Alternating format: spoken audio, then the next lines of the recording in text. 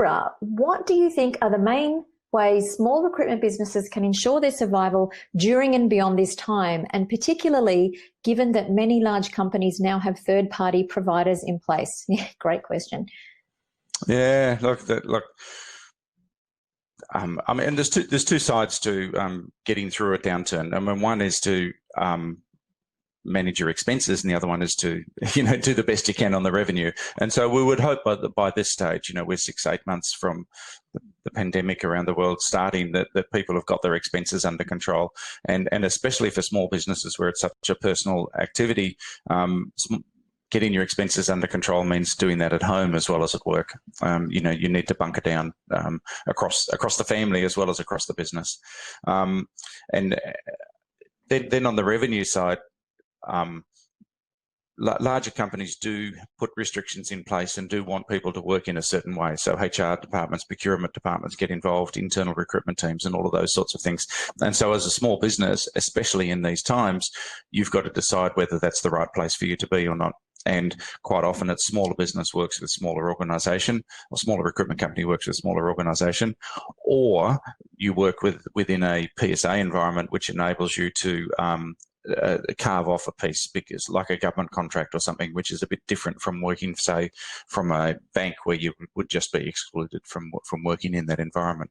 But smaller with smaller, where you can create relationships and you can network better and you can get referrals and you can do all of those sorts of activities.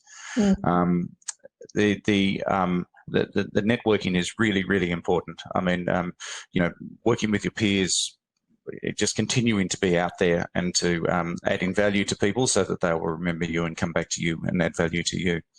And then the final part of that is making sure that you don't stray too far from what you're actually really good at, because when you get an opportunity, you need to deliver it in a really excellent way. And so if you've been placing, people into accounting or business support, then don't all of a sudden think you can do health, for example. I mean, don't pivot too far.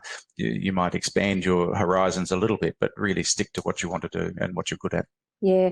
And just to add to what you've said there, Rod, I think a lot of the time people are looking outward, and I think it's very important to be out speaking with your market, because you'll find out what their challenges are and what problems you can solve and what they are going to need.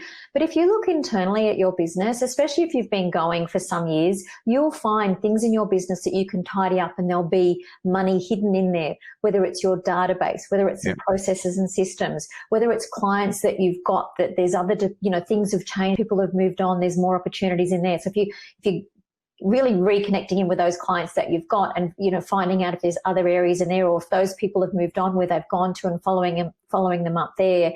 And then, as I said, looking internally at not just your database, but it could be, we were talking about tech a minute ago. Is there different tech that you should be using? Are you, when you run, I did this exercise once where I went down my Visa card to see what I'd been spending, all those little things I'd bought along the way, and half of it I didn't even know what it was. So, even just things like checking on your expenses, running down your Visa card and going, oh, delete, I don't need those anymore. That can be, just a quick little way to save yourself some cash as well. Look, and those internal projects in a time like 2020 are really, really important as well, because they engage your staff. I mean, they bring you together as an organisation. You're doing the projects because they actually benefit your organisation, hopefully today, but definitely next year.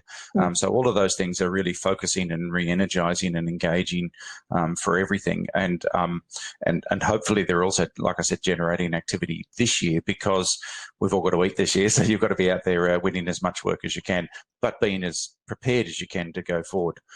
And that could be everything. You could be redoing commission structures. You could be doing all sorts of things this year to get ready for going forward. Yes, great. And Rod, you're getting some love here in the chat box. Thanks for the answers so far. Some great insights. Enjoying the webinar. There you go.